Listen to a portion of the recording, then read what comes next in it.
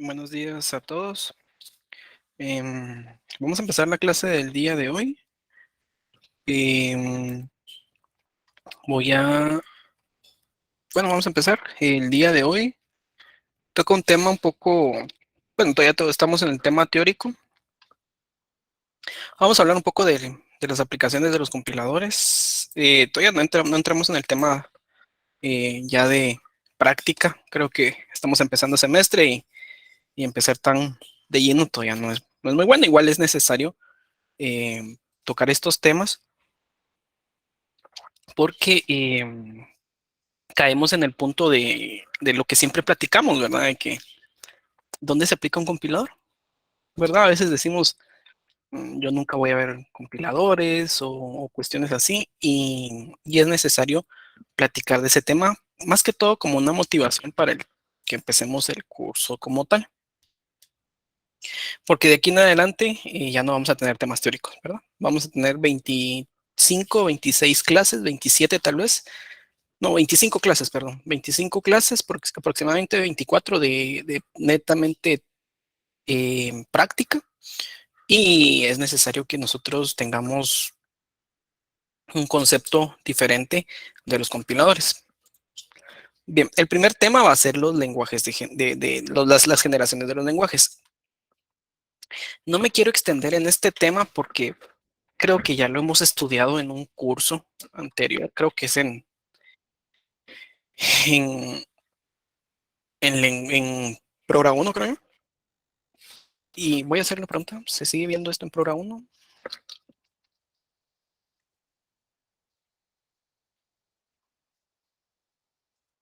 Cuando yo la llevé, solo ya era más que todo. Ok, gracias. Ya no miramos las generaciones de los lenguajes en Programa. Ahí le hice la pregunta por si me quieren apoyar en eso.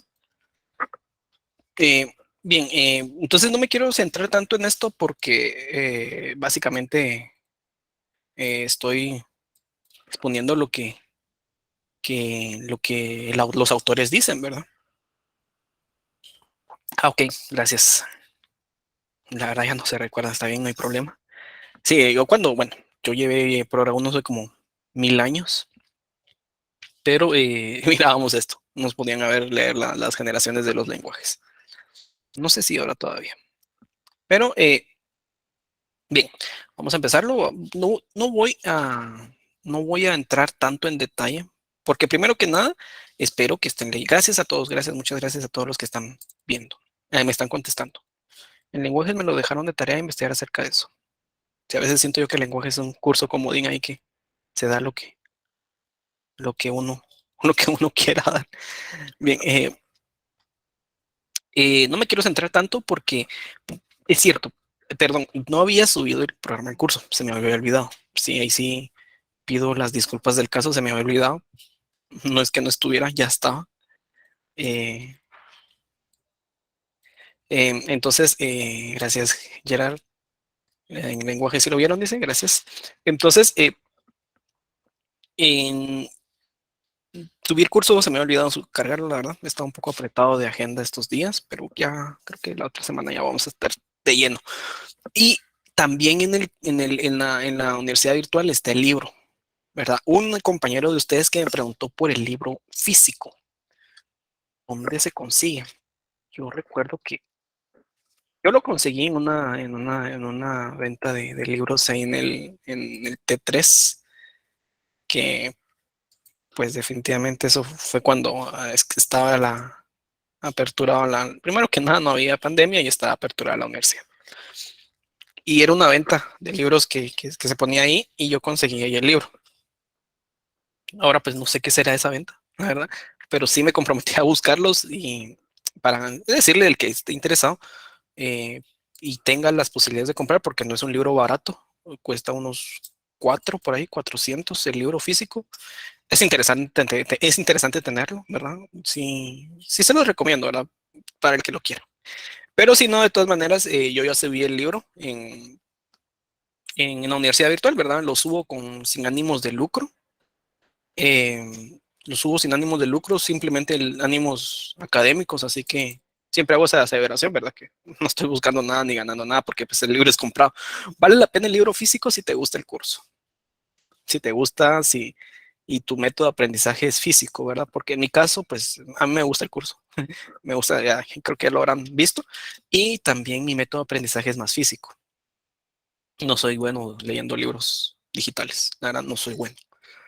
Entonces, me gusta incluso, hay temas ya cuando doy clases, más que todo compiladores 2 es que me gusta mucho repasar el libro físico, lejos del libro digital, ¿verdad? Entonces, depende. Si te gusta y quieres tener un buen recuerdo de la carrera, pues puedes tenerlo.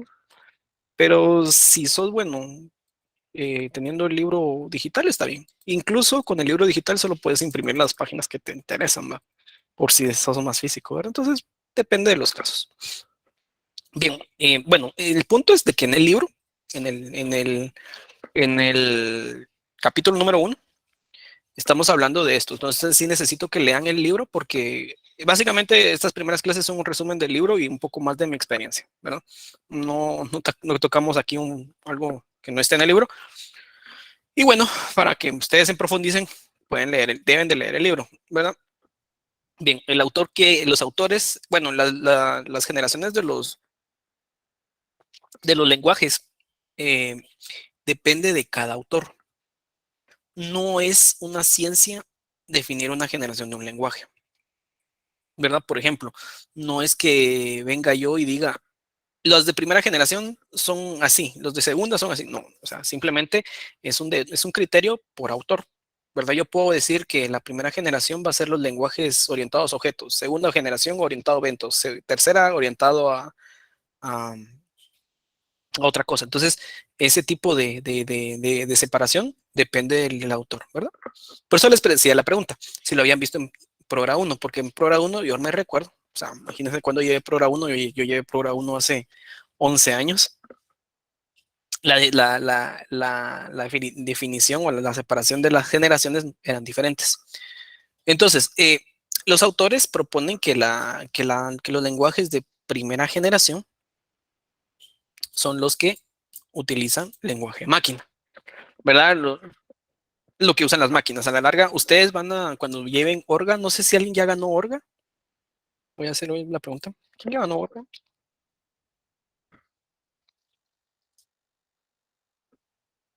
Gracias. Eh, gracias ahí a Ronnie, ya ganó Orga. Qué bueno, qué bueno, qué bueno que ya lo ganó. Ese curso es un poco horrible para mí. Eh, hay un tema, gracias ahí al estar viendo por primera vez, muchos éxitos, la verdad.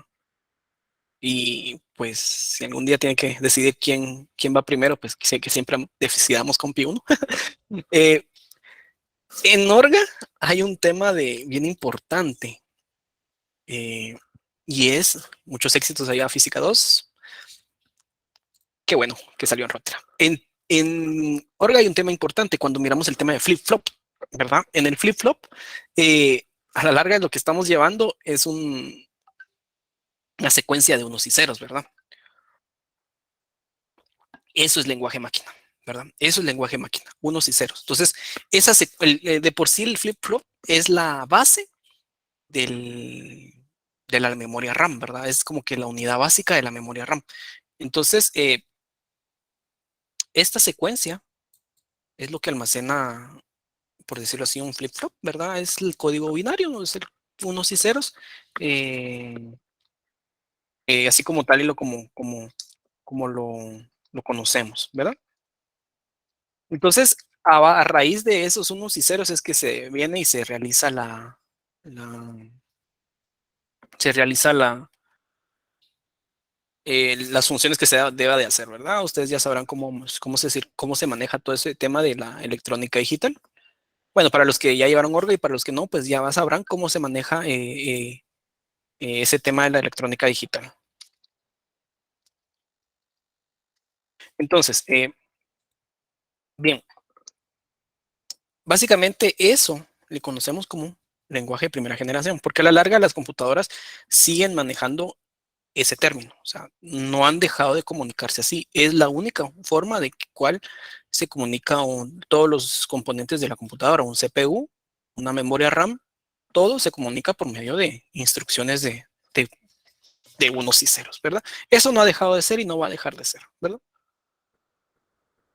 La computación normal no va a dejar de ser, ¿verdad? Va a seguir siendo así y nunca va a dejar de ser, ¿verdad? O sea, aquí estamos hablando de que los lenguajes de primera, segunda generación ya dejaron de existir, no, o sea, primera generación nunca va a dejar de ser.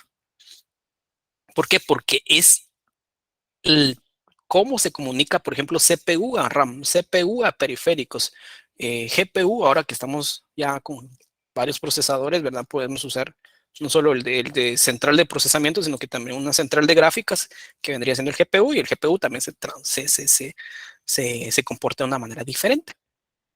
Y todo eso se comunican por medios de unos y ceros, ¿verdad? O sea, no es de que de CPU a RAM se va a comunicar por medio de un lenguaje de programación, no, o sea, simplemente son instrucciones. Eh, entonces, eso lo conocemos como primera generación, señores. Y bueno, me gusta mucho hablar este tema de que en su momento los programadores eran sin ofender a los programadores de ahora. Y obvio, yo a ustedes no los veo como programadores, yo a ustedes los veo como ingenieros. Entonces eso es diferente. O sea, si hablo de programadores no me estoy refiriendo a ustedes, porque ustedes están recibiendo una formación de ingeniería, es otro nivel, ¿verdad? Entonces los programadores antes era gente de alto nivel, ¿verdad? Gente que no cualquiera se venía y se rifaba una serie de instrucciones de unos y ceros o las tarjetas perforadas o en cuál iban las instrucciones, o sea, no cualquiera. ¿Verdad? Entonces aquí era gente de otro nivel, ¿verdad? Pero a la larga este lenguaje tiene su alto rango de error, ¿verdad? O sea, estar ahí viendo instrucciones o tablas binarias, perdón, sí, me, oyen que estoy tomando algo, estoy tomando té. Entonces, esto necesitaba como una secuencia más lógica, algo más sencillo de utilizar. Y ahí es cuando vienen en teoría, los lenguajes de segunda generación que le dice el autor. Y esto ya es el código ensamblador. Este código que están viendo en pantalla es un código para imprimir un hola mundo en Assembler. Esto es Arqui 1. No sé si todavía se verá, espero yo que sí todavía se mire este código ensamblador en Arqui 1, pero este es Assembler, ¿verdad? Lo que hablábamos la semana pasada. Entonces viene ya los programadores y ya se dedican a programar en Assembler, ¿verdad? Eh, ya estamos hablando de años, no lo sé, tal vez años 60, 70 por ahí, 60. En los 60 la gente ya programa en Assembler, en el cual pues el código Assembler lo que es netamente un lenguaje que interactúa con los registros directos de la memoria y con instrucciones directas del CPU. Ya deja de existir el código binario y ahora es un código ensamblador. El código ensamblador es bien interesante porque no hay tipos, aquí no tenemos funciones, no tenemos métodos y cosas así, sino que lo que tenemos acá únicamente es una tabla, una sección de código así que se ejecuta por completo. Entonces no tenemos como que un lenguaje de programación como lo conocemos ahora. Entonces, pero era lo que había en ese entonces.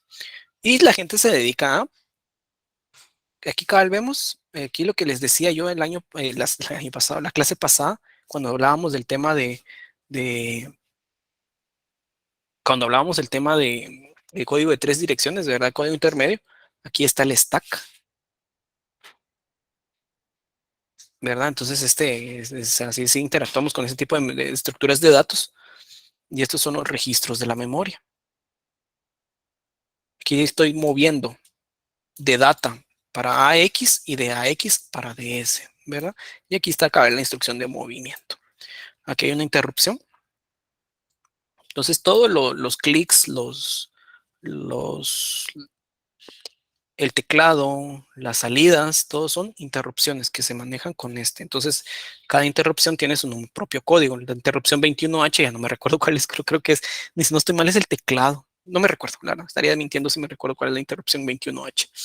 Entonces, eso es ya un lenguaje de segunda generación, como, o sea, así lo dice el autor, ¿verdad? Y créanme que en su momento, pues, los programas eran hechos en ensamblador, ¿verdad? Entonces, a veces miramos nosotros un programa en una película ya de los 60, 70, miramos una computadora así viejísima con una pantalla negra, letras verdes o letras azules, pantalla azul, letras blancas. Entonces, es muy posible que todos esos programas están hechos en Assembler, ¿verdad? Y pues era lo que había y pues tomó auge para en ese tema, en ese momento, para la programación. En este punto, el programador todavía tenía un alto estándar de conocimiento, ¿verdad? Entonces todavía se miraba como alguien que, que no, una profesión que no podía ejercer cualquier persona. Luego viene y se rompe esa línea. Y vienen los lenguajes de tercera generación. ¿Quién marcó el inicio del lenguaje de tercera generación? ¿Alguien ahí? Vamos a ver. ¿Quién creen que marcó el inicio de tercera generación? Correcto. Mío ya terminó, ya me habían contestado. C, correcto, C. ¿Verdad? C marca el inicio de los lenguajes de tercera generación. ¿Por qué C? Porque antes de C existían lenguajes como Basic, B, ¿verdad? O sea, así de creativo fue Richard Stallman, que fue el que hizo C. Oh, no fue Richard Stallman, perdón, estoy metiendo las patas, se me fue el nombre. Entonces, existían muchos lenguajes antes de este Basic, Fortran, varios, pero ¿por qué C? C fue tan revolucionario por su tipo de sintaxis y por el tipo de compilador. C ya me da a mí gracias, el que falleció hace como unos 4 años, creo que no ha fallecido todavía. Sí, ya falleció. Sí, entonces viene el creador de C y crea un lenguaje, primero que nada, entendible. Segundo, revolucionario para la época. Y lo otro es que en C todavía podía yo acceder a memoria, así como lo hacía Assembler. Aquí. Esto todavía se sigue manejando en C. Entonces, lo que logran lo que logran los programadores acá es no separarse de su formación teórica, de su formación científica que tenían a la hora de manejar todo este tipo de memoria y tener un lenguaje bastante sólido. Entonces, aquí existe como una especie de boom porque se masifica la programación, ¿verdad? Aquí ya estamos hablando de los años 70. Aquí ya podemos hablar del año de, de los programadores de los 70, dígase un Steve Jobs, un Bill Gates y todo eso, porque ellos, pues, literalmente, ellos programaron en verdad. Entonces, aquí ya es la primera fase en la cual la cara del, del programador de que antes iba en bata blanca a trabajar o IBM que puso de moda los trajes, ¿verdad? Que para IBM los programadores tenían que ir en trajeados y todo. Eh, nace C, nace todo el tema del boom en los años 70, 80 y pues básicamente se masifica C, ¿verdad? Entonces, pero C es un lenguaje bastante potente, pero todavía es de esta categoría, ¿verdad? Que todavía puedo acceder a memoria RAM. Y sobre todo, no existe el garbage collector. No existe. Entonces, ustedes sitúense en ese año, en los años 80, donde tu memoria RAM es de bytes, no sé, 32 bytes, 64, en el cual literal la memoria RAM la tenemos contada y no tenemos garbage collector. Entonces ahí sí tenemos que venir y saber cuándo limpiar memoria, cuándo no limpiar, llevar que nuestra program ejecute limpie según yo vaya utilizándola y cuando yo lo necesite. Entonces acá ya no es solo de tirar código, sino que aquí era de tirar código y limpiarlo, tener muy buenas prácticas a nivel de limpieza y sobre todo entender cómo funciona, entender el tema del heap y del stack. Recordemos que comúnmente se le llama el stack, apunta al heap. Entonces, estos conocimientos de compiladores son bastante sólidos en esta época, cuando estaban los programadores en C. ¿Por qué? Porque primero que nada tenemos recursos muy, muy limitados. Y recordemos, en ese entonces, me gusta hacer mucho esta similitud de cómo estamos atrasados en Guatemala. Pero para estos años 70, 80, bueno, Estados Unidos y en los países del primer mundo, ya existían transacciones bancarias con tarjetas de crédito, ya existían bases de datos enormes, ya existía gente de oficina que manejaba procesadores de texto, hojas de cálculo, ya existía en este punto. Entonces, obviamente ahora pues es muy diferente porque pues primero que nada ya tenemos interfaz gráfica, pero en ese entonces ya existían. Entonces, como nosotros las hojas de cálculo siguen haciendo lo mismo. Obviamente ahora tienen muchas más funciones y todo, gráficas y todo, pero en ese entonces la función era la misma, o sea, un libro de cálculo. Pero en ese entonces esos programas tenían que estar al centavo, ¿verdad? No podían venir y fallar en un momento. No podían venir y decir que se llenó la memoria, todo, porque pues el recurso era limitado. Entonces, los generadores de las soluciones tenían que tener un alto conocimiento de cómo se maneja la memoria, ¿verdad? Cómo se manejan los compiladores. Bien. Y bueno, aquí quiero hacer un paréntesis. El, el autor del libro toma como tercera generación todos los lenguajes de programación que nacen a partir de C, ¿verdad? O que ya tienen su base similar a C. No hace una similitud con Java. Entonces Java está en tercera generación. ¿Sí? Java, C++, Python, PHP, todos esos están en tercera generación. Eh, entonces, ¿cuál es la diferencia entre Java y C? Definitivamente es el garbage collector. Bueno, el autor no lo ve así, pero pues ese es un comentario personal.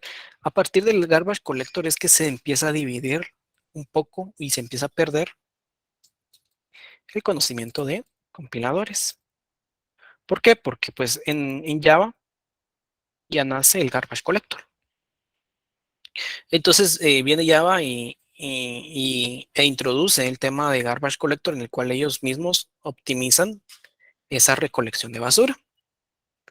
Entonces en C, bueno, en C sí no lo tenía, Java sí lo tiene. Entonces al momento de que no lo tiene, no tenemos que hacer el generador de código o el programador se dedica únicamente a generar un algoritmo.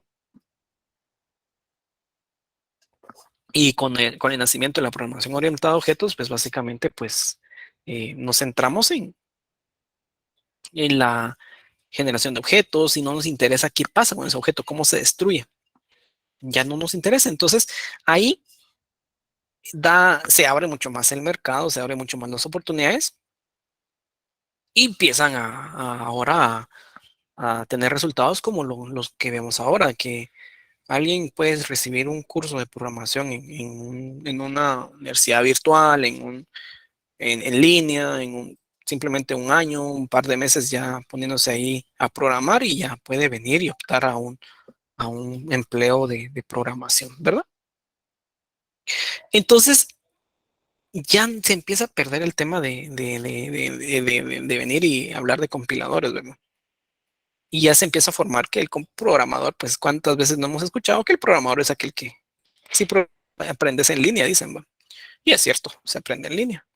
Pero estos conocimientos de compiladores y código bien hecho se pierden. O sea, se pierden en este momento, en este punto, con el nacimiento de estos temas. Y esto es un importante punto para tocar el tema de los programas actuales y todos los sistemas actuales. Eh, por ejemplo,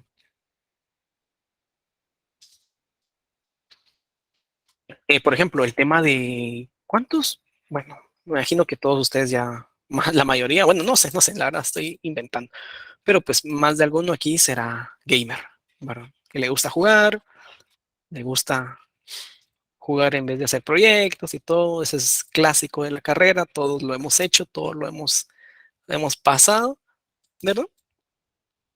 Pero, por ejemplo, en mi caso, pues eso es algo que se quedó conmigo y, y bueno, no me gusta ahí como contar un poco de historias personales, pero creo que vale la pena.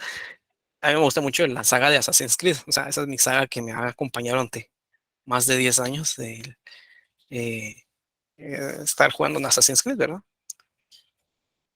Y pues antes ibas a comprar un disco afuera de la universidad y ya tenías el juego. O pues después ya solo se lo descargabas, pirata y ya estuvo. Pero bueno, ya en los últimos años yo empecé a trabajar, ¿no? Y pues me compraba mis propios juegos. Y pues vengo y el último que fue el Valhalla, lo descargo y todo. No sé en qué tiempos jugar porque pues ya trabajando y otras responsabilidades es un poco más complicado. Pero el punto es que dejé de jugar como unos 2 meses este juego, del Valhalla, el último. Dijo, bueno, digo yo, voy a iniciarlo y tenía una alerta. Entonces usted tiene que actualizar su juego para iniciar la partida, o iniciar el juego, valga la redundancia. Tamaño de la actualización, 12 gigas, ¿va?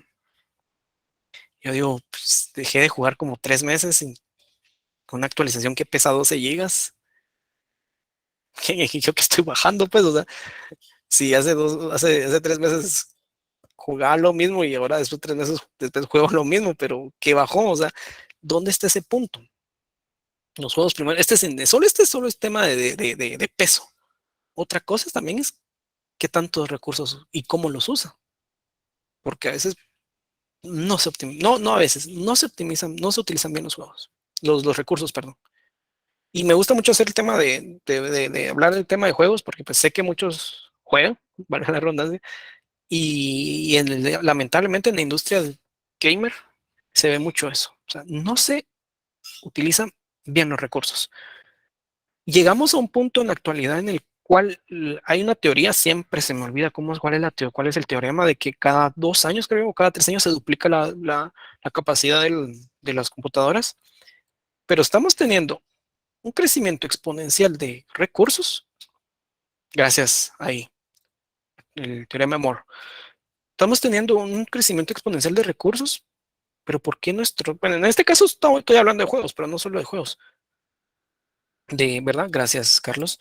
Pero ¿por qué los sistemas que se están generando siempre están al tope de los recursos? O sea, ¿por qué? ¿Por qué? Entonces ahí estamos cayendo a que estamos viendo el límite del recurso y ahí estamos cayendo al tema de que los que se está generando ya no es óptimo.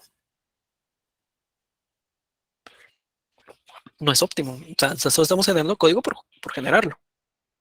Ya no es funcional. Lo que generamos ya no es funcional. Simplemente ese tema de optimización que antes se tenía en los 90s, 80s, ahora ya no, porque creemos que los recursos son ilimitados. Una computadora así sencilla puede tener 8 gigas de RAM, una básica, por ejemplo. Ustedes llegan a comprar una computadora, difícilmente ustedes van a encontrar una de 4 gigas de RAM. Mientras, por ejemplo, yo hace 12 años, 10 años 11 años, perdón, o 10 años que empecé, 12, perdón, que empecé en la universidad, yo empecé con una de 1 giga de RAM. Ahora encontrar una 1 giga de RAM ya no es imposible. Entonces los recursos van creciendo, pero no superamos esa rama, esa barrera de optimización. Y es porque ahora que ustedes así ven empleos de ofertas laborales para generar código y simplemente que sepas programar, ¿verdad? Pero nunca en un momento te piden un perfil de alto nivel, ¿verdad? Entonces sí es necesario tener en cuenta eso. Y ya vamos a hablar de eso. No me quiero extender mucho porque sí quiero hablar de eso bastante. Bien, voy a ir un poquito más rápido este tema, ¿verdad? La cuarta generación básicamente son los lenguajes de datos, ¿verdad? Entonces, si se dan cuenta, el autor no es que lo agarre por temporada, por años, y diga, bueno, la primera generación es de tal año, la segunda de tal año, así como me lo enseñaron a mí en Programa 1, que es así por años. Pero de cuarta generación ya estamos hablando de lenguajes que manejan datos. Por ejemplo, tenemos SQL. Bueno, lo que ustedes están viendo es SQL, ¿verdad? Entonces, es un lenguaje de manejo de datos. Pero, ¿qué otro lenguaje tenemos de manejo de datos? ¿Alguien ahí tiene algún otro lenguaje de manejo de datos que se venga a la mente?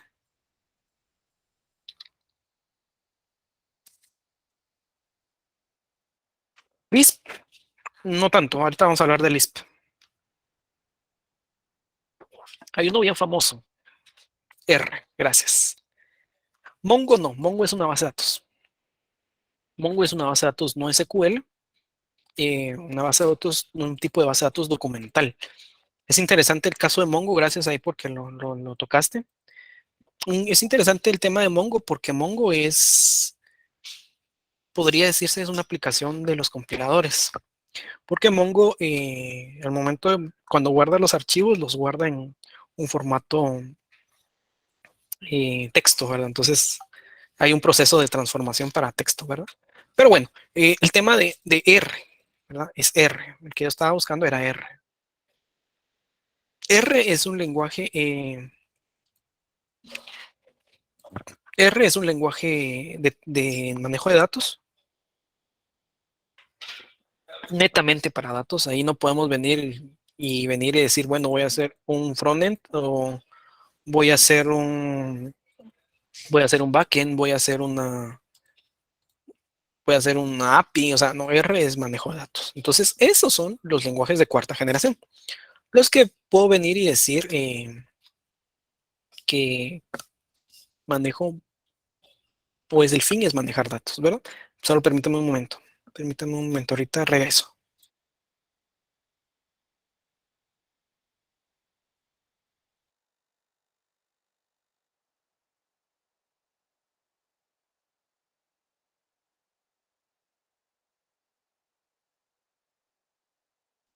Yes. María, bien, es que el tema es que de los lenguajes que utilizan SQL, bueno, los motores de base de datos que utilizan SQL son todos los transaccionales. Aquí hablamos de MySQL, María, SQL Server, Postgres. Por si me preguntan quién es la mejor base de datos, para mí es Postgres. Postgres. Todos los que manejan los, todos los que manejan los datos o todo lo que tengan bases de datos transaccionales son SQL, ¿verdad? En el caso de Mongo, Mongo no es una base de datos transaccional, es una base de datos documental. Por eso Mongo no usa SQL. Mongo lo que usa son JSONs. Y JSON no es tanto un lenguaje como tal. ¿verdad? Entonces, por eso es que no existe aquí en este manejo de datos el lenguaje JSON. Una query en Mongo es muy diferente a una query en SQL, ¿verdad? Entonces, sí tenemos que tener en cuenta, ¿verdad? Entonces, cuando yo hablo de SQL, son todos los motores de bases de datos que utilizan o que son transaccionales, perdón, ¿verdad? Porque hay diferentes tipos de bases de datos, ¿verdad? Está la base de datos transaccional, documental, columnar, base de datos de grafos, base de datos multidimensional, entonces base de datos en caché, que en este caso es Redis, Redis es en caché, ¿verdad? Hay un video bien interesante de cómo funciona Twitter y Twitter funciona con Redis, ¿verdad? Entonces Redis es base de datos en caché. Es un montón de mundos de bases de datos. No sé si lo van a ver en bases de datos 2. Espero que todavía se siga viendo este tema de todos los tipos de bases de datos porque pues estos todos son transaccionales, pero créanme que hay un mundo enorme de bases de datos, ¿verdad? Bien, entonces todos los lenguajes que utilizan datos son de cuarta generación, más que todo SQL y R. Bien, quinta generación es una diferencia eh,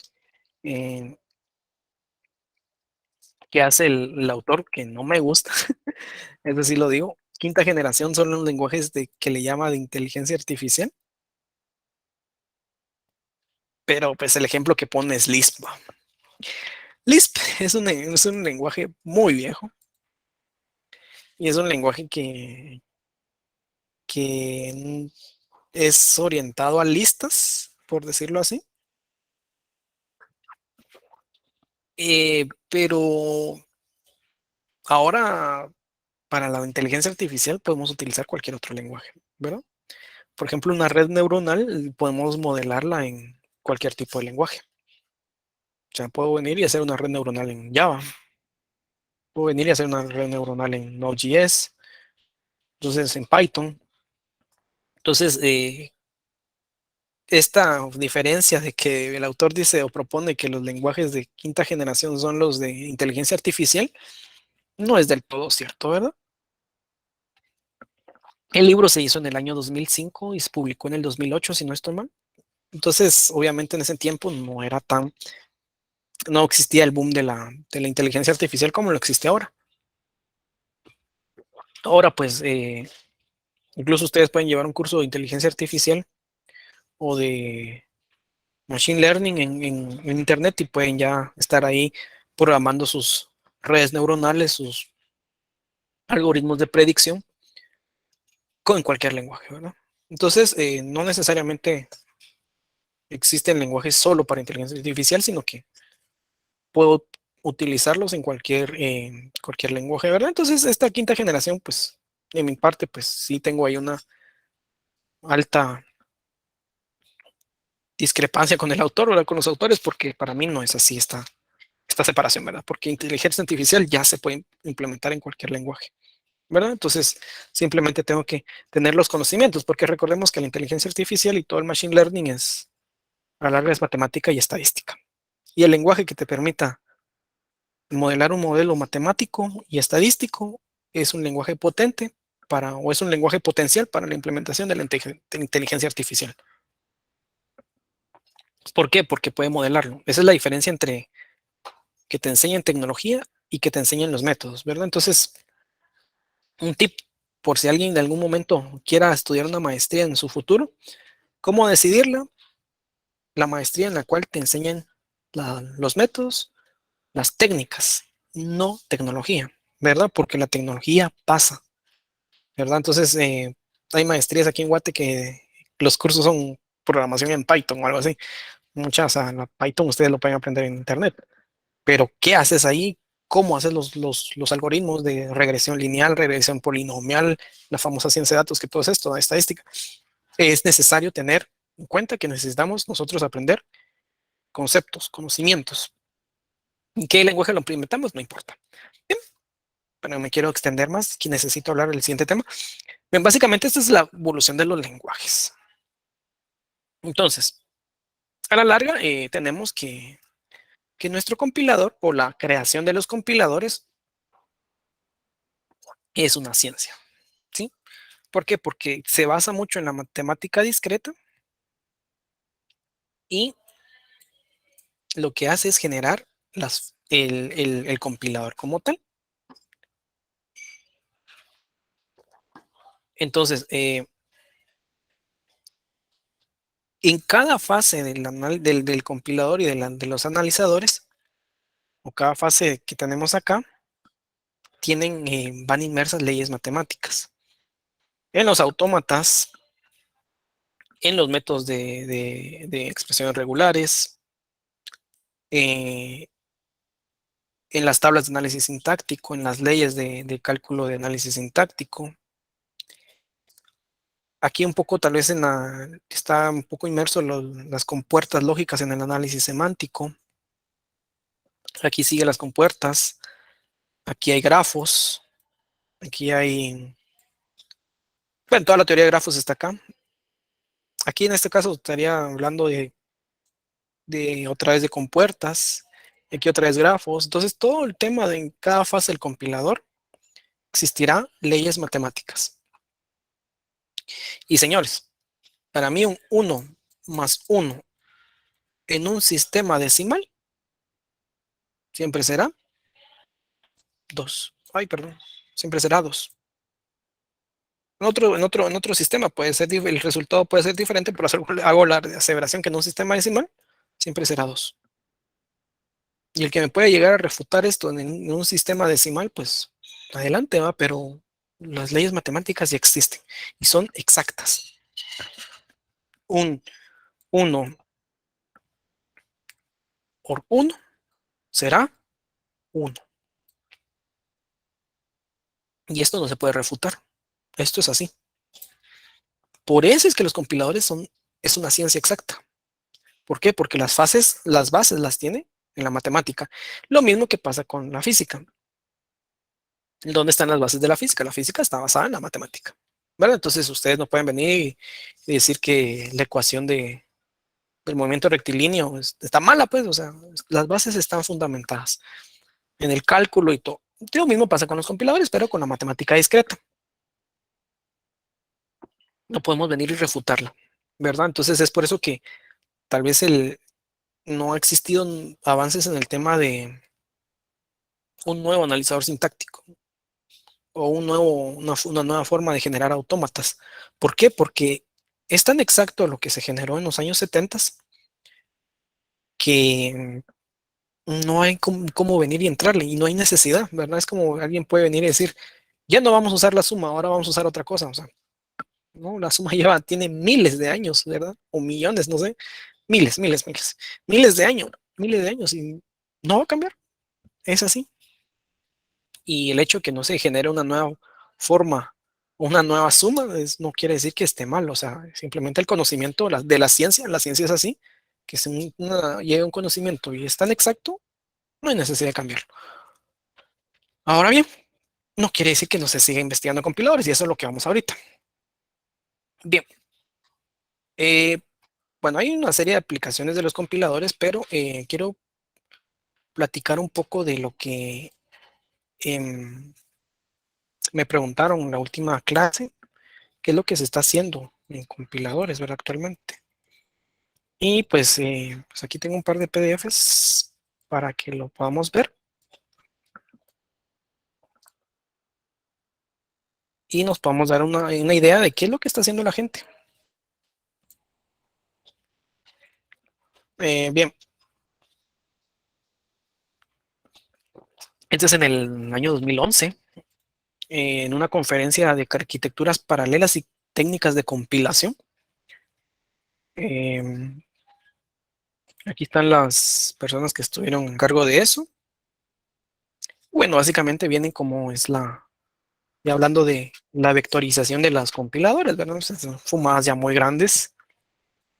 Y aquí está su investigación, cómo se manejan y todo eso. Cómo se manejan los vectores y todo dentro de un compilador. Aquí hay otro. Este es bien interesante. Encontrando y entendiendo los errores de C, de los compiladores de C. Eh, ustedes bien pueden venir a hacer una investigación de encontrando los errores de Java, ¿verdad? Y bueno, aquí siempre son gente ahí que anda con origen un poco asiático, ¿verdad? Que anda metido en esto. Y ellos vienen e investigaron dónde está, dónde puede que esté fallando C, ¿verdad? Entonces acá hacen la investigación, básicamente vienen y abren el compilador y se meten a buscarlo, ¿verdad? Aquí se dedican a este tema. Eh, acá hay otro, es en el paralelismo y la optimización. Si nos damos cuenta, como les decía, posiblemente no vamos a venir y encontrar una forma de hacer nuevos autómatas, nuevas tablas, pero sí está muy centrado en la optimización del compilador como tal. Entonces, aquí está este artículo es del 94, ya está viejito, pero desde ahí ya empezábamos a ver de que el paralelismo ya estaba empezando.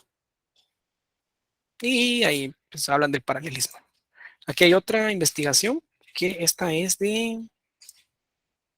este ya es de... Ay, claro. Este es ya de computación cuántica, y es más reciente, 2019. Y bueno, es cómo se aplica un compilador a la computación cuántica, porque pues aquí están las compuertas cuánticas, por si nunca habían visto una compuerta cuántica, son estas.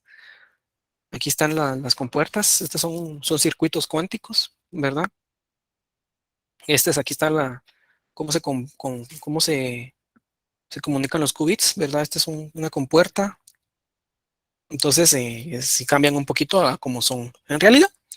Entonces, si la matemática discreta y las compuertas básicas están presentes en el compilador normal, pues las compuertas cuánticas tienen que aplicarse al compilador cuántico. Entonces, aquí está la investigación. Aquí están los algoritmos y existe ya, es una matemática demasiado elevada que existe detrás del compilador como tal. Aquí está el OR, ¿verdad? Bien. Y eso se está investigando. O sea, a la larga las investigaciones tienen que evaluarse y todo. Y bueno, aquí está todo un circuito cuántico para ese tema. Bien, esta investigación me gusta bastante. Este se hizo en el 2000, imagínense hace cuánto tiempo. Y ya estábamos hablando de autómatas cuánticos y gramáticas cuánticas, que es lo que vamos a ver ahorita. En todo este curso vamos a estar viendo autómatas y gramáticas. Se hizo en el 97, se envió y se aprobó en el 98 y se publicó en el 2000. ¿Verdad? Entonces aquí el autor ya, o los autores ya vienen y pasan básicamente aquí lo que dicen, ¿va? El autómata clásico y los lenguajes regulares al autómatas cuánticos y lenguajes cuánticos, ¿verdad? Entonces aquí definen, creo que hay una parte en la cual se define, se hace la similitud entre cómo se maneja un autómata normal y un autómata cuántico, o no es en este lugar. Creo que sí. Bueno, donde se definen los grafos. Creo que no es aquí. Creo que es en otra investigación que leí, que se definen los grafos, se hace ver cómo es un grafo normal y cómo es un grafo cuántico. Sí, no es aquí. Entonces, existen en eso, se está haciendo ahorita. Hay mucha investigación en el compilador cuántico porque créanme que la computación cuántica ya viene, o ya está aquí, o sea, aquí ya está. Y países que se dedican a la investigación como tal, pues ya llevan mucho más la delantera en ese tema y bueno, se dedican a la investigación como tal. Entonces, si ya existe computadoras cuánticas, quiere decir que ya existe lenguajes cuánticos y quiere decir que ya existe compiladores cuánticos. Y pues también la gente, otro tipo de investigación es la que se hace alrededor de la optimización de los lenguajes y los compiladores, ¿verdad? Tal vez no generando nuevas técnicas de sintáctico, de léxico, sino más que todo la optimización. Mucho del tema del garbage collector. Entonces, ¿en dónde aplico yo los compiladores? Pues bueno, primero que nada, haciendo lenguajes de programación. Eso está de cajón, ¿verdad? Creo que ya tenemos, si nosotros nos dedicamos, bueno, el compilador se dedica a la generación de lenguajes, obviamente su primera aplicación por excelencia es los lenguajes de programación. Y ahora les pregunto, voy a hacer la pregunta, ¿hay nuevos lenguajes de programación?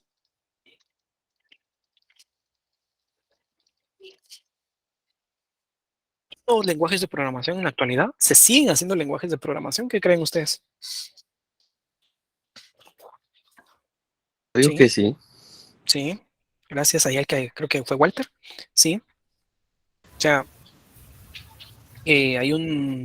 hay un chiste que Buenos dice, días, ingeniero. sí, Fíjese Jefferson. que hace un par de días creo que escuché la noticia que Google sacó un nuevo lenguaje. No mucho me acuerdo del nombre, pero voy a buscarlo y lo comento. Sí, sí, y miren, que ahorita vamos a hablar del tema de Google, pero Google está metidísimo en este tema de compiladores. Entonces, aquí está, alguien dijo, bueno, no sé quién es, pero dijo herramientas para ellos como frameworks, correcto. Dice el chiste que les quería decir, ¿verdad? Hay como que un dicho que dicen que, que cada día se estrena un nuevo framework basado en JavaScript. O sea, a la larga existe una necesidad, como necedad, ya no es necesidad, necesidad de generar un nuevo framework de JavaScript basado en JavaScript. Entonces, a la larga, esos son nuevos lenguajes, ¿verdad? Y créanme, Carbon dice aquí, lenguaje Carbon. Créanme, esta nueva generación de frameworks, de lenguajes y todo, no lo está haciendo una persona normal. O sea, bueno, no lo está haciendo un programador normal, sino que lo hace una persona que tenga conocimientos de compiladores. O sea, tenemos que tener en cuenta que existe demanda en este tema, ¿verdad?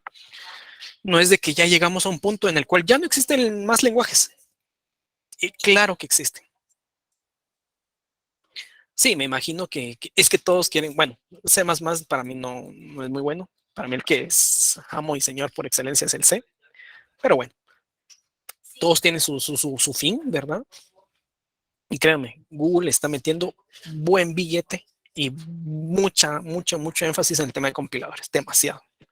No sé por qué, pero está demasiado lo que está invirtiendo en compiladores. Bien. Otra aplicación de los compiladores es el tema del manejo de memoria. Este es por excelencia, señores. El manejo del stack, del heap, de la data y todo esto es la memoria RAM.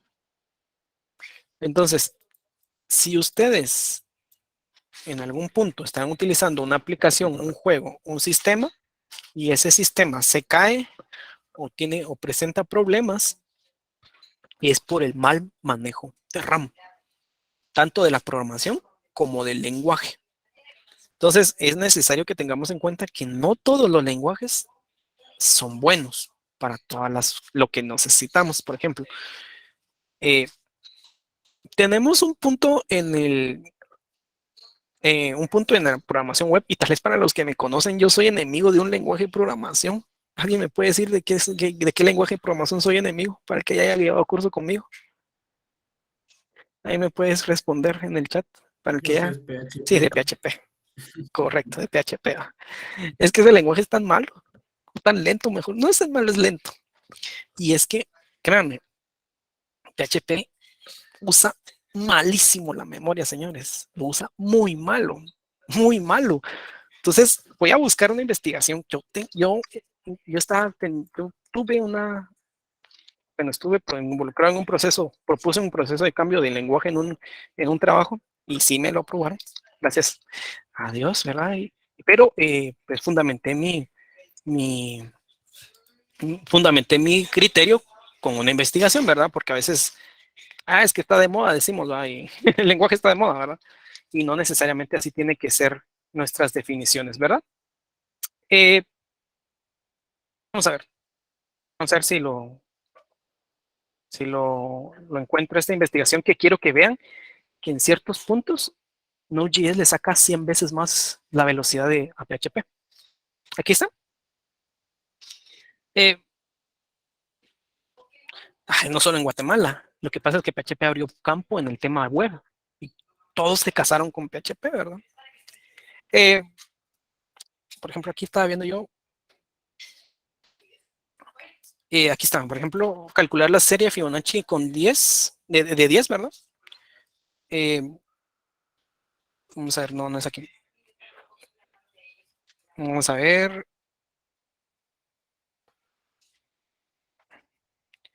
¿Dónde está esta cuestión? Aquí está. Eh,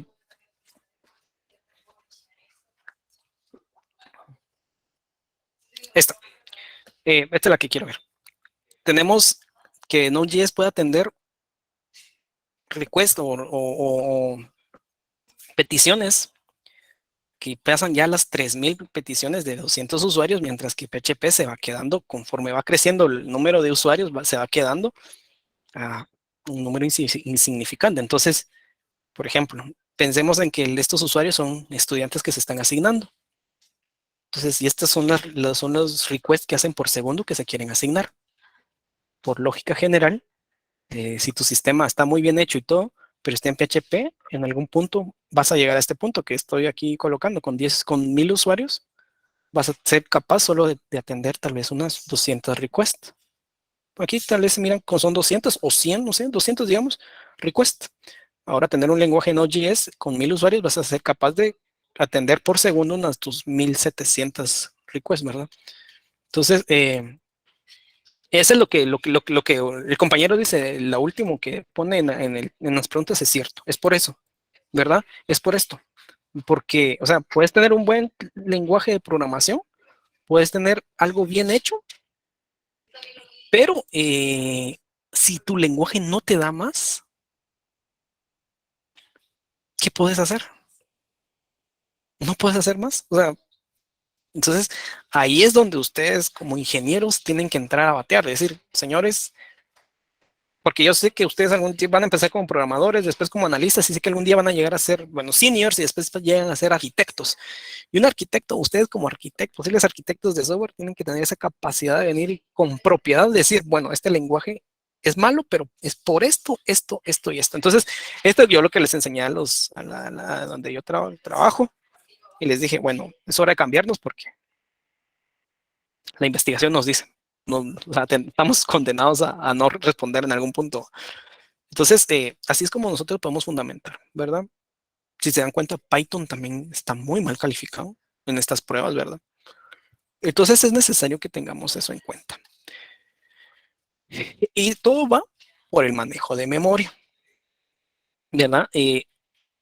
Que el hecho que no responda un lenguaje bien a ciertas peticiones o a tanta concurrencia es porque ese lenguaje no está utilizando bien la memoria versus un lenguaje que puede utilizarla mejor. ¿Verdad? Entonces el manejo de memoria y la optimización y todo esto de memoria es una aplicación de los compiladores. El garbage collector, señores. El garbage collector es una de mis aplicaciones favoritas.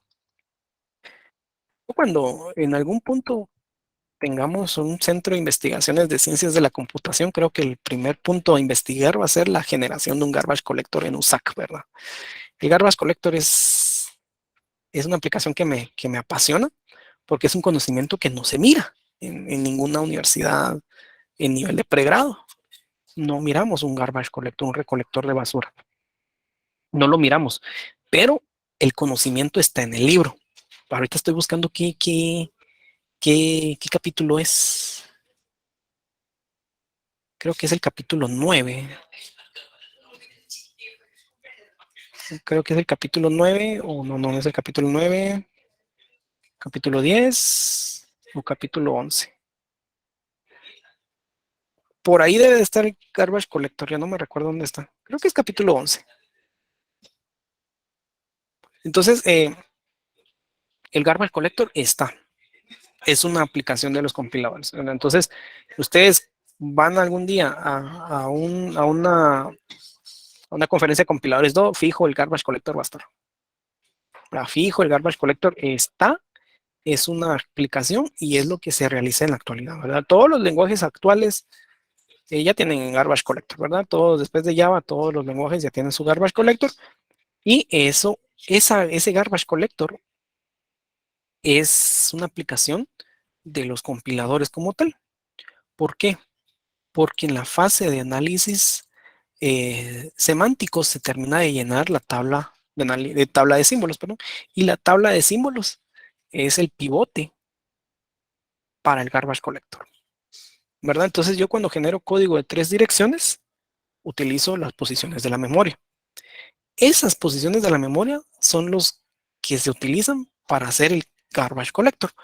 Entonces, es un conocimiento bastante interesante y existe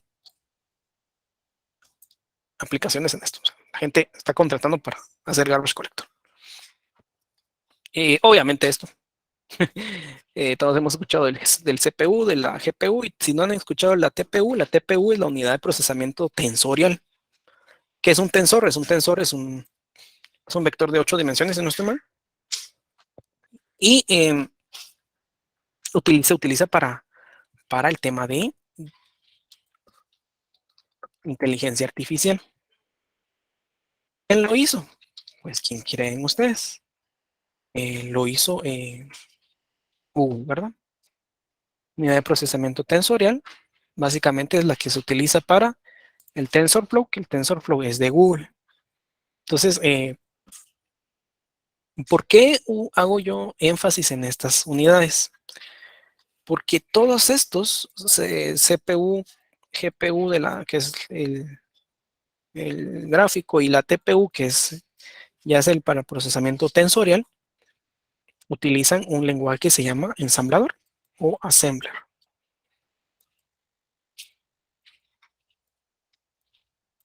Entonces, como utilizan un lenguaje assembler, sale un nuevo CPU, sale un nuevo lenguaje assembler. Sale un nuevo GPU, sale su lenguaje assembler. Puede que lo utilicen, es muy posible, pero no puedo venir y decir de que la 11ª generación va a usar el ensamblador de la primera generación. Eso sí no. Puede que tal vez entre una y otra generación tal vez se siga utilizando el mismo, pero entre tantas generaciones ya no se puede usar el mismo, ¿verdad?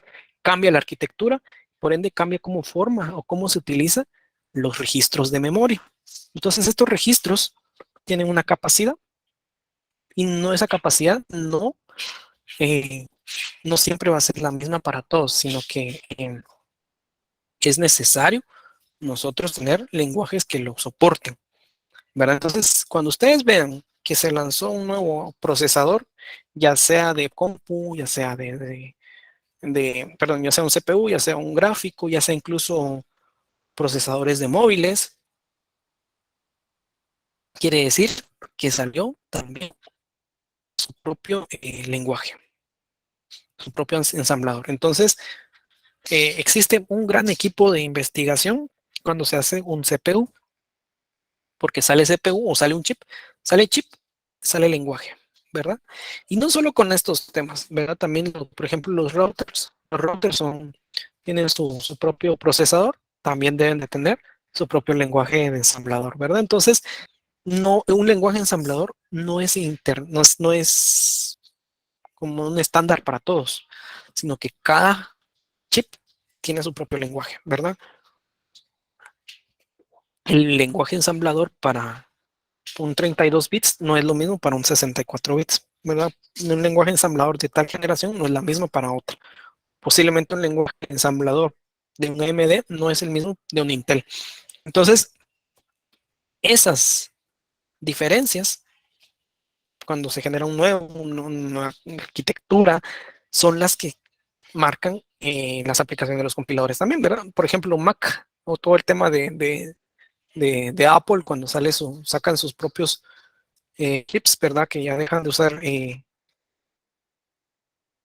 tema de Intel, ¿verdad? Entonces, ellos no solo lo sacaron y ya estuvo, sino que tuvieron que haber diseñado su propio lenguaje ensamblador, ¿verdad? No solo sale el chip y ya estuvo, sino que tienen que sacar su propio lenguaje en el cual sea el, el como el pivote entre todos, ¿verdad? Para que los lenguajes que se utilizan o las aplicaciones que utilizan puedan apoyarse de ese ensamblador.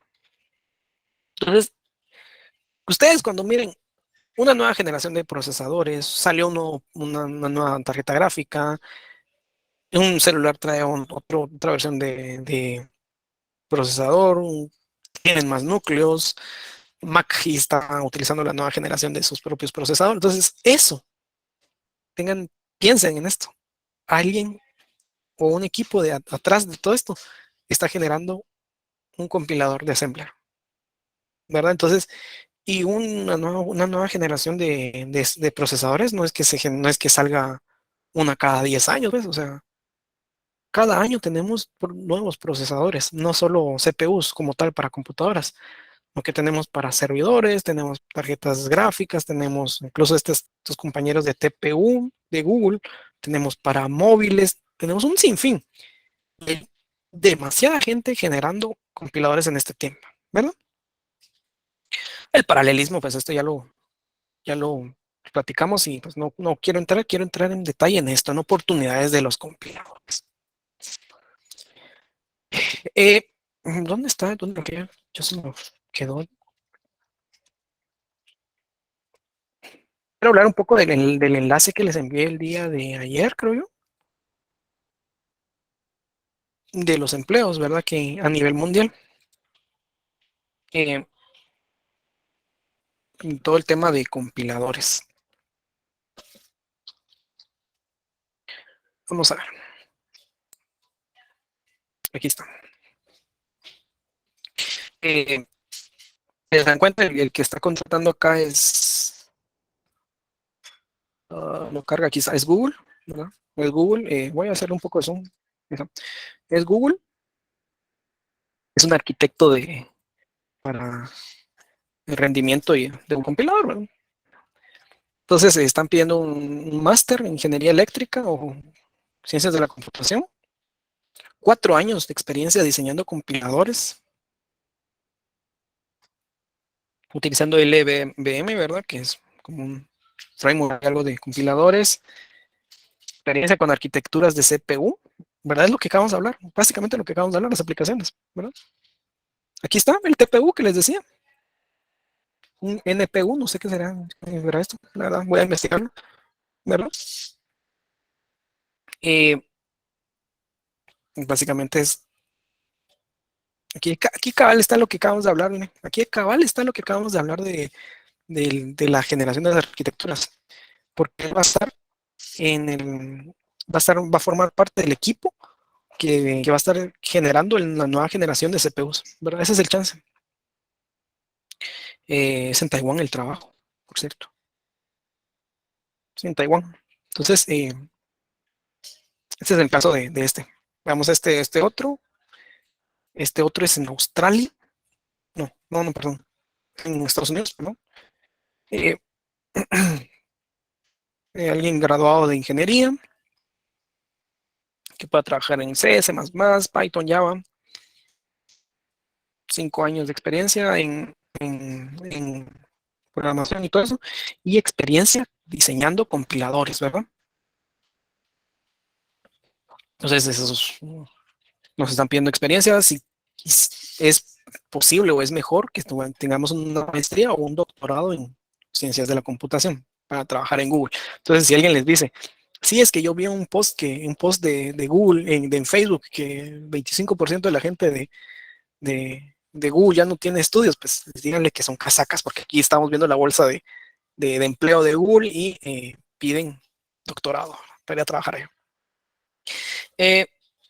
Y eso es lo que ellos le conocen como ingeniero de software. Aquí, Carl, eso ellos le conocen como ingeniero de software. Alguien que puede llegar a tener una maestría o un doctorado en ciencias de la computación. Eso es un ingeniero de software allá en estas empresas de Silicon Valley y todo el tema de allá en San Francisco y en el primer mundo. Eso es un ingeniero de software. Eh, Aquí es básicamente liderar el equipo de compiladores para la siguiente generación de CPUs, ¿verdad? Por eso les decía, no sé por qué Google está metiendo tanto dinero en generación de CPUs y todo, y en la generación de compiladores. Aquí hay otro, este es en Chicago, que necesita un ingeniero, 8 años de experiencia en estructuras de datos y algoritmos, 5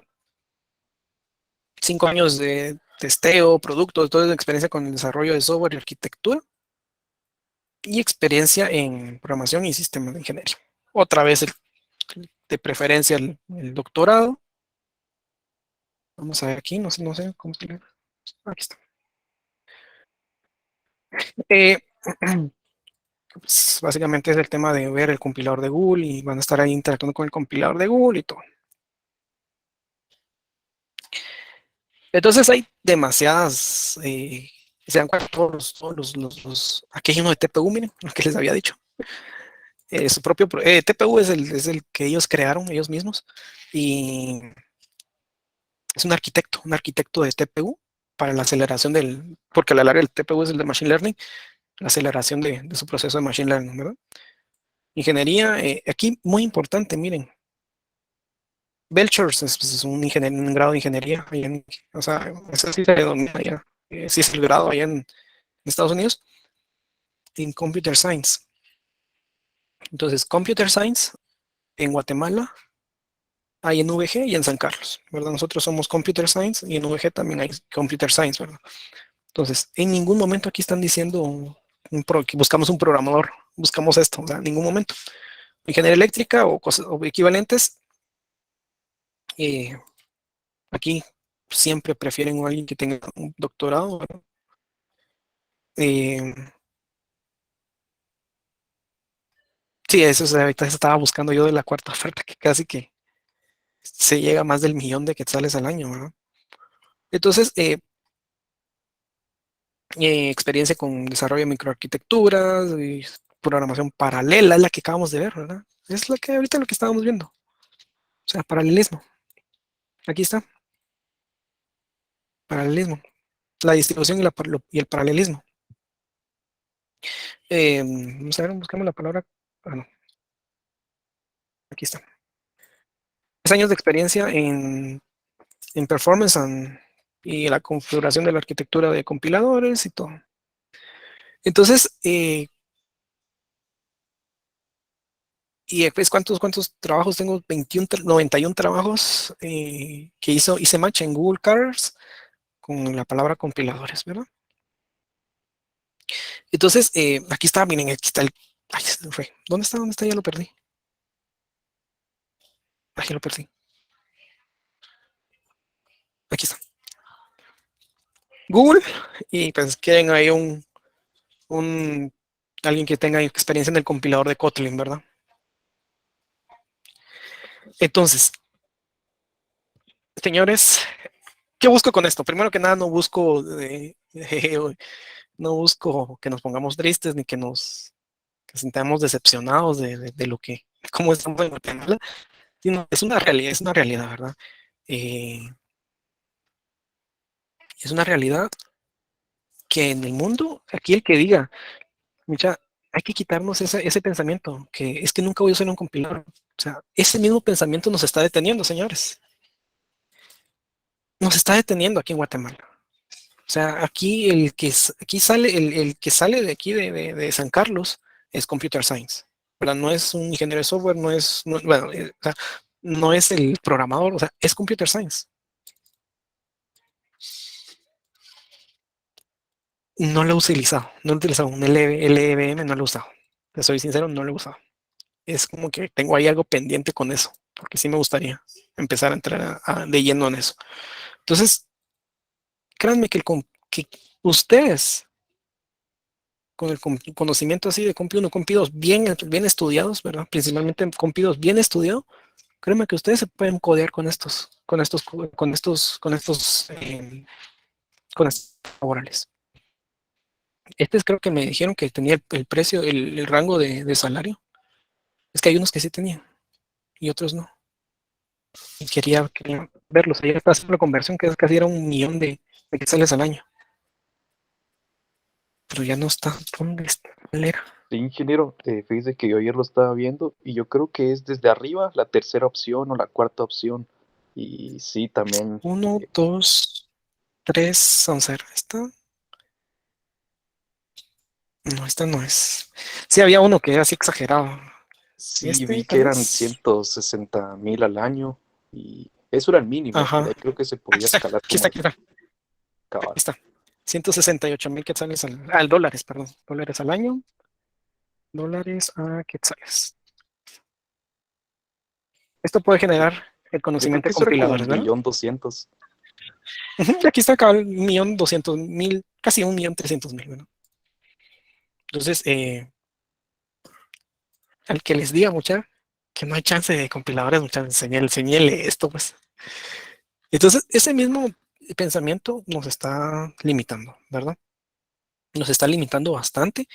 eh, y sí hay, o sea, sí hay. Lo que pasa está que aquí, en Guatemala, no lo vamos a encontrar. O sea, si ustedes quieren, piensan que nos van a contratar en una empresa, en un banco, no lo sé, en cualquier empresa de software, y les van a poner a programar un compilador, o sea, créanme, no va a pasar, eso no va a pasar. Estos son conocimientos de muy alto nivel, pero tampoco quiero venderlos que sea imposible, ¿verdad? Si ustedes en algún punto se animan a irse, váyanse, ah, váyanse. Y yo sería el principal satisfecho, el más, no, el catedrático más satisfecho de saber que uno de mis alumnos se fue a uno de estos, porque vio mi clase, ¿va? Créanme. O sea, yo pues mi meta es que algún día yo abrir brecha aquí en Guatemala de esto, ¿verdad? Por eso es que el tema pues, yo quiero aquí abrir brecha, pero si ustedes alguien se va, mucho mejor, ¿verdad? Porque yo voy a tener una mano afuera, ¿verdad? Alguien que me eche la mano afuera, ¿verdad? Vamos a ver, aquí tengo un saber dónde estudiar esas maestrías y doctorados habría que buscar, pero fijo, en todo el mundo.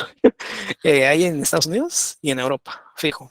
Y en Asia, fijo, en Corea del Sur, en Taiwán. En Taiwán también que pues, tenemos relaciones internacionales con Taiwán. Entonces, en Taiwán también pueden encontrar este tipo de maestrías y doctorados que van de lleno al tema de todo este tema de computer science, ¿verdad? Y, y vamos viendo. Inge cree que este cambio hicieron empresas realmente subsanar las demandas del mercado de actualidad. Miren, es un tema complicado hablar de eso. Lo que pasa es que estamos viendo el mercado guatemalteco y el mercado guatemalteco no es bueno. Esa es la realidad. O sea, estamos muy atrasados. O sea, ¿qué es lo que estamos haciendo en Guatemala? Estamos sistematizando todavía. Algo que en el primer mundo se hizo hace tal vez 25 años, 30.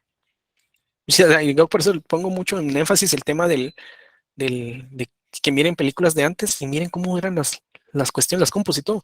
Ya todo lo tenían en sistemas. Y eso es lo que estamos haciendo ahora. Porque ahorita todavía tenemos muchos trámites en papel. Sea entidad privada, pública, no importa. Tenemos trámites en papel. Y ahorita el chance es venir y pasar todo eso a un sistema. Eso en el primer mundo ya se hizo hace 20, 30 años.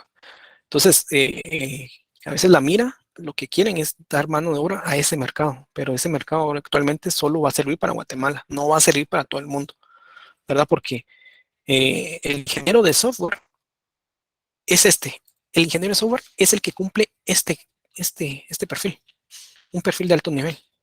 No es un programador. O sea, el ingeniero de software es el que cumple este nivel. Aquí Josué toca un tema muy interesante. Otra cosa que sorprende es que pedían como 15 años de experiencia, correcto, piden muchos años de experiencia. Entonces, o sea, imagínense a alguien que toda su vida laboral ha sido compiladores. Imagínense. Entonces, a ese punto, o sea, no es de venir y decir, no hay, o sea, o solo así, ¿verdad? Sí, adelante, Ronnie. Yo estaba escuchando que cuando se estudia un doctorado, uno hace una investigación, bueno, uno va a una empresa a hacer que se dedica a hacer investigación, en este caso sería como de compiladores, digamos, entonces eso como que ya suma de experiencia, pero no sé si sería igual en este campo. Se lo escuché a María Andrea del Valle. Ajá, bien, sí, ese es un- una forma de hacer doctorado, ¿verdad? Ir a una empresa. pero no necesariamente. A veces también te quedas en los laboratorios de la universidad, pero sí, se puede. Por ejemplo, yo hablé con una persona de España que está trabajando en Canadá sobre computación cuántica. Y él pues me comentaba que a veces esta empresa donde él trabaja abre convocatorias para pasantes de doctorado que puedan llegar ahí a trabajar con ellos y pues se les paga y todo y son como pasantes de que ellos vienen e investigan y hacen su investigación por tal vez un año y está. Lo mismo podría pasar, ¿verdad? No, no, no dudo que Google abra estos campos de pasantías, ¿verdad? Para ir y que vayas a foguearte, ¿verdad? No lo dudo, ¿verdad? Porque miren, 91 trabajos encontrados de este tema. Y si se dan cuenta, son en diferentes localidades. Taiwán, Estados Unidos, Austin, Texas, perdón. Aquí pues este creo que ni sé cómo se qué pronuncia.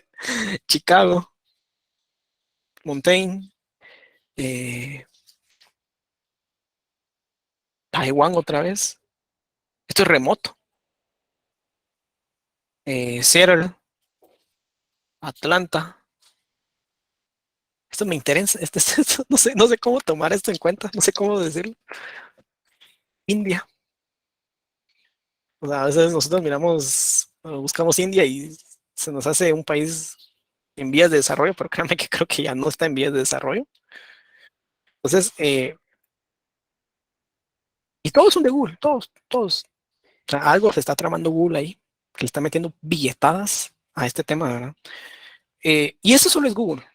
Créanme que lo que hace Google lo hace Microsoft, lo que hace Microsoft lo hace Amazon y así sucesivamente. Créanme. Entonces, así como esta oferta laboral hay en Google, también lo debe haber en Amazon, también lo debe haber en Microsoft, lo debe de haber en, en otros ámbitos. Y solo voy a cerrar, que tengo el chat del trabajo. Gracias, perdón. Entonces hay diferentes temas de esto. Ese es el punto, señores. Ese es el punto. Gracias ahí a la persona que colocó. Me gustaría saber tu nombre, pero ese es el punto. Veamos más allá, ¿verdad? Yo lo que busco no es que todos aquí nos dediquemos a compiladores.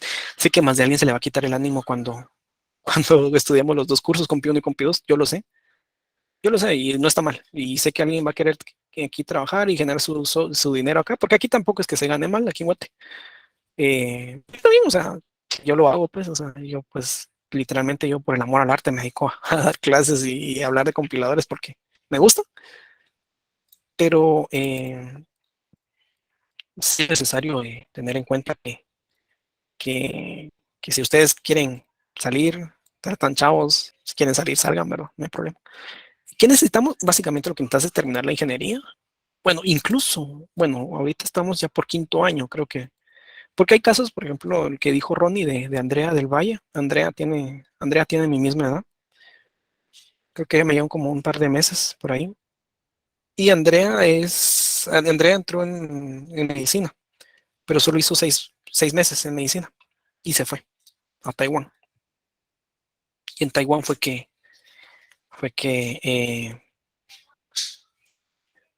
pues allá estudió su ingeniería, maestría, doctorado, sacó en Taiwán, Andrea. Con ustedes, pues ya que ya vamos a mitad de carrera, pues consejo sería terminar la ingeniería aquí e irse, si quieren salir, ¿verdad? Y obtengan una carrera, en una beca, una maestría en ciencias y se pueden ir. Yo les puedo decir de corazón que el contenido que todavía se está dando en ingeniería ahorita en sistemas es contenido de alto nivel y créeme que sí vale la pena. Conozco a varias gente que se ha ido con la ingeniería y la ingeniería les abre muchas puertas en becas, ¿verdad? Porque sí salimos toros de ingeniería, ¿verdad? Empresa para pasantías, no creo. Aquí somos bien tacaños con eso. En Guate no creo.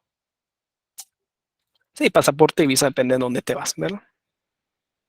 Ah, es fijo, mucha. Miren, el inglés, todo es en inglés, ¿no? Fijo, fijo. CGPlan, sí, CGPlan tiene muchas becas, CGPlan tiene muchas becas y sí es un buen punto, ¿verdad? Y es bastante interesante ahí tener en cuenta ese tema, ¿verdad? De becas, ¿verdad? Por si alguien quiere optar a uno, ¿verdad? Pero el punto del día, la clase del día de hoy, para ir terminando, eh, eh, es que, pues, nos abramos un poquito la mente, ¿verdad? No nos creamos lo que dice la gente, que dice, ¿dónde voy a aplicar compilador? O sea, obviamente aquí en Guatemala no, pues, pero sí hay un mundo, y sí se ocupa bastante, ¿verdad? O sea, sí hay.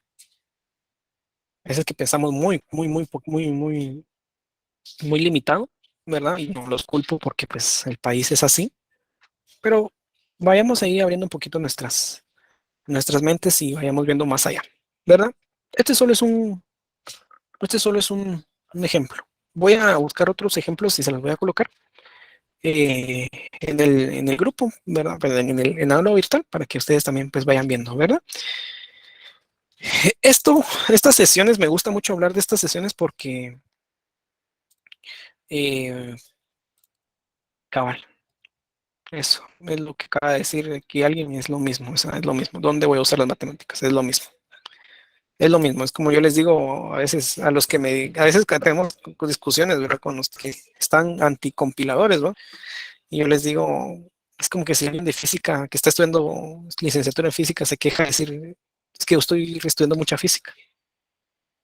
Entonces, sí, pues es para que nos abramos un poquito ahí la mente, pero como les digo, esperemos que cuando cerremos con Pidos tengamos este mismo ánimo, ¿verdad? Porque no los culpo si se desaniman, porque los cursos son bien duros. Entonces no los culpo, ¿verdad? No los culpo, ¿verdad? Entonces, solo es para que tengamos un poquito más el ámbito más abierto de todo esto que hay adentro, que hay detrás, y el que pues quisiera colaborar conmigo con este tema de compiladores, yo más que encantado, ¿verdad? Y ahí ando pues día, semestre a semestre, viendo cómo abrimos mecha en Guate con tema de compiladores y pues si alguien quiere ahí apoyar, pues con mucho gusto vamos a ver qué podemos hacer, ¿verdad? El punto de este semestre también esperamos que podamos hacer la actividad de artículo científico para cada uno de ustedes. Bien, sin más preámbulo, ¿verdad? Doy por terminada esta clase. Como les digo, serán las únicas clases teóricas, ya después ya vamos a estar entrando al compilador como tal. Creo que la siguiente clase ya vamos a estar hablando de cómo es la estructura de los lenguajes de programación. Vamos a estar abriendo y hablando de enlazamiento estático, enlazamiento dinámico y la introducción al análisis léxico, ¿verdad? Entonces, ¿alguien tiene alguna otra duda?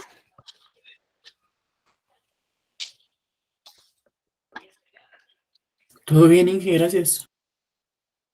Bien. Gracias a todos. Para mí siempre es un gusto hablar de compiladores. No sé si ya lo notaron, pero para mí siempre será un gusto hablar de compiladores. Entonces, nos vemos el día martes con el tema ya de estructura del compilado, de los lenguajes y la introducción al análisis léxico. Que tengan un buen día y nos vemos el día martes.